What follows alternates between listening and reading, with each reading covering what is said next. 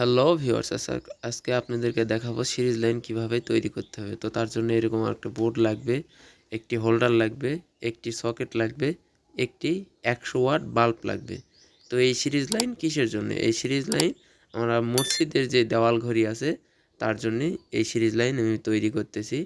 আর এই series line দিয়ে ওই মসজিদের ঘড়িগুলো কন্ট্রোল হবে বা চলবে, যেন বেশি দিন লাস্টিং করে। এই জন্য করে সিরিজ লাইন তৈরি করা হয়েছে। আর আমাকে প্রথমে কি করতে হবে, যে বোর্ডটি রয়েছে বোর্ডটির স্ক্রু দ্বারা খুলে নিতে হবে। স্ক্রু দিয়ে লাগানো থাকবে, এটি খুলে নিতে হবে। এরপরে এই বোর্ডের সঙ্গে আমার হোল্ডার লাগিয়ে দিতে হবে। তো তার জন্য হোল্ডারের কাভারটি আমি খুলে নিলাম। এখন হোল্ডারটি এখানে লাগিয়ে দেব। আর সকেটটি এখানে, আর সকেটের জন্য এখানে আমাকে একটি মার্ক করে নিতে হবে। তো মার্কারি কলম দিয়ে এখানে মার্ক করে নিচ্ছি। নেওয়ার পরে এটা আমাকে এন্টি কাটার দিয়ে কাটতে হবে। যতটুক দাগ দিলাম অতটুক এখানে এন্টি কাটার দিয়ে কাটতে হবে। এই যে আমি কাটা ফেলছি। আর হোল্ডারে দেখতেছেন দুইটি তার লাগিয়েছি। তো একটি ফেস, একটি নিউট্রাল।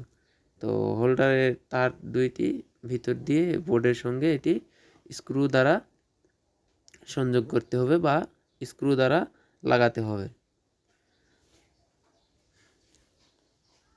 এখানে খুব সুন্দরভাবে এখানে স্ক্রু দ্বারা টাইট করবেন, যেন নড়াচড়া না করে। তো আমি একটি স্ক্রু লাগাইলাম, অপরটিও লাগাইতেছি। আমার লাগানো হয়ে গেল। এখন যে দুইটি তার রয়েছে, এই যে দেখেন দুইটি তার এই পাশ দিয়ে বাইর করছি। আর হোল্ডারে যে উপরে কাভারটি রয়েছিল, কাভারটিও লেগে দিলাম। আর সকেটটি আমি এখানে ফিটিং করব।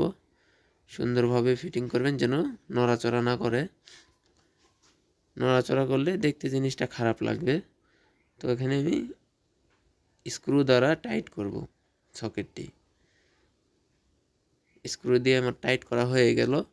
তো এখন যে হোল্ডারে একটি তার রয়েছে, ফেস তার, তো এটি সকেটের যে কোনো এক টার্মিনালের সঙ্গে লাগিয়ে দেবো। সকেটে কিন্তু দুইটি টার্মিনাল হয়, একটির সঙ্গে যে কোনো একটির সঙ্গে লাগাই দিবেন।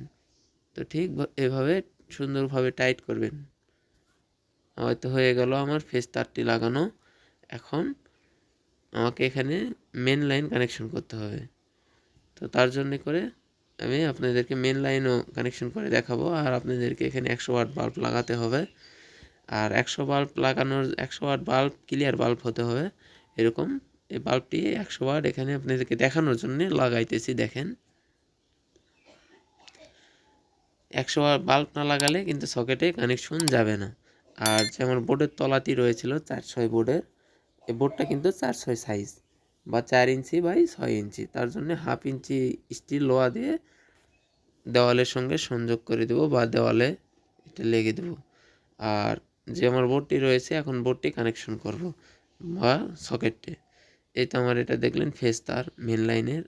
আর সকেটের যা একটি টার্মিনাল রয়েছিল তার সঙ্গে আমার মেন লাইনের ফেস লাল তার যেটা বা ফেস তার যেটা, সেটা আমি এখানে সংযোগ করে দিলাম।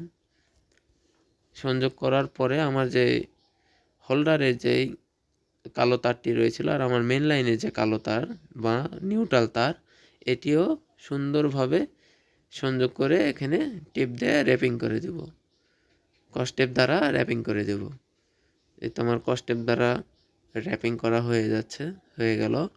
তো এখন এই বোর্ডটি আমার, যে বোর্ডের তলাটি ওয়ালে লাগিয়ে দিলাম, এটি স্ক্রু দিয়ে লাগান বা আপনি ডিল করে লাগাতে পারেন, যেটা ইচ্ছা। তো এটা এখন উপরে যে 4টি নাট খুলেছিলাম উপরে কাভারের, নিচের কাভারের সঙ্গে লাগানো ছিল, এই স্ক্রু দ্বারা এই বোর্ডটি সুন্দরভাবে টাইট করব।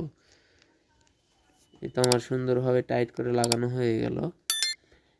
আর এই ঘড়িটা হচ্ছে এটাই ভাবে চালাইতে হয়। আর যদি ভিডিও বুঝতে সমস্যা হয় কমেন্ট বক্সে কমেন্ট করবেন। এখন আমি 100 ওয়াট বাল্বটি এখানে লাগিয়ে দিলাম। আর আমার যে দেওয়াল ঘড়ির বা মসজিদের যে সময়সূচির ঘড়ি, এটির এই লাইনটির সকেট দেখলেন, টুপিন দিয়ে সকেটের ভিতর লাগিয়ে দিলাম। এখন আমি এটিতে সংযোগ দিয়ে আপনাদেরকে চেক করে দেখাবো। এই তো আমি সংযোগ দিয়ে দিলাম, দেখেন সুন্দরভাবে চলতেছে। আর একটি কথা, সেটি হচ্ছে এই দেওয়াল ঘড়িতে সিরিজ লাইন দিলে ঘড়িটি ভালো থাকে, চট করে নষ্ট হবে না, মোটামুটি অনেক দিন চলে যাবে। আর হচ্ছে যদি ভিডিও বুঝতে কোথাও সমস্যা হয় তাহলে কমেন্ট বক্সে কমেন্ট করবেন, ইনশাল্লাহ আমি বুঝিয়ে দেব। আর যদি আমার চ্যানেলে নতুন হয়ে থাকেন তাহলে চ্যানেলটি সাবস্ক্রাইব করবেন। আর যদি ভিডিও বন্ধুবান্ধবের মাঝে শেয়ার করে দিবেন। সবাই ভালো থাকবেন, সুস্থ থাকবেন। এনকেএস ইলেকট্রিক সার্ভিস